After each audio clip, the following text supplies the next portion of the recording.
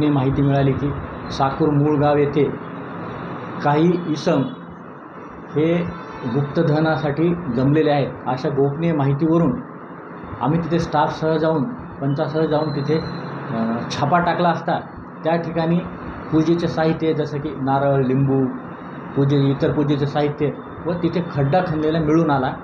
त्यावरून आम्ही 5 आरोपी त्यांना ताब्यात घेतलेला आहे आणि सदर प्रकरणी गुन्हा दाखल करून कायदेशीर तपास सुरू आहे। आणि असे आगळी प्रकार यापुढे कुठे घडत असतील तर आम्ही ते नक्कीच हाणून पाडू।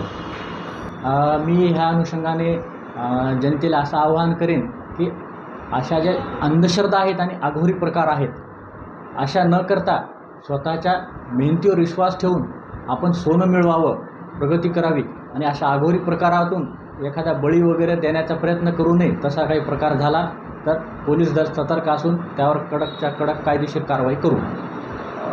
यामध्ये एकूण 5 आरोपींना ताब्यात घेण्यात आलेला आहे।